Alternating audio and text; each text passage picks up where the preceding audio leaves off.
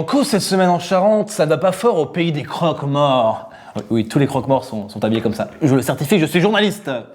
Les entreprises de pompes funèbres balancent des rumeurs obscures sur la concurrence. On a par exemple accusé le couple à la tête de Funéraires Autrement de démarcher des familles tout juste endeuillées par un accident de la route. C'est ce qu'on appelle ne pas perdre de temps, hein. Et bonjour, David Gauthier de la Société de la Mort qui tue, prenez ma carte monsieur. Insuffisance respiratoire, un pouls faible, bon client, appelez-moi si quick, hein, enfin votre proche quoi, la famille. Funéraires Autrement a évidemment démenti ces attaques qui ne sont pas isolées dans la profession. On parle aussi de croque-morts qui visitent les chambres des hôpitaux. C'est glauque. Je suis beaucoup trop rayonnant pour un croque-mort.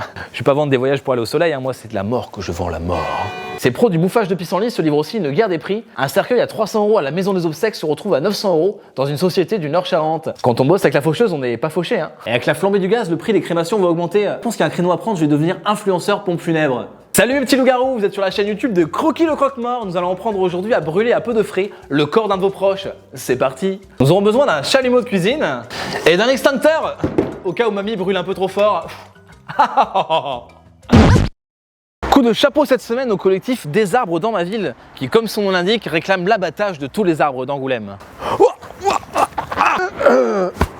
C'était pas la guerre, joli. C'est évidemment le contraire, ces amoureux des gros troncs. Non, c'est pas. Je peux pas le garder ça. Ces amoureux des arbres critiquent les espaces trop minérales d'Angoulême qui deviennent de vraies fournaises pendant la canicule, comme par exemple la place Saint-Martial s'y présente.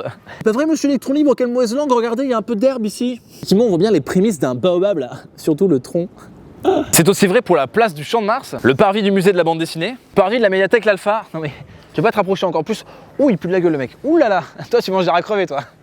Alors, que fait la ville d'Angoulême? Elle a prévu un plan de revégétalisation des espaces. Elle a choisi 50 endroits et c'est vous, derrière votre bureau, qui regardez l'électron libre pendant votre travail, petit coquin, qui allez choisir où on va planter ces arbres grâce au budget participatif. On pourra même choisir quelles essences seront plantées. J'adore le mimosa. Ah, moi je verrais bien un champ de chanvre, monsieur le maire, là. Pas pour fumer, pour la nature, les produits cosmétiques.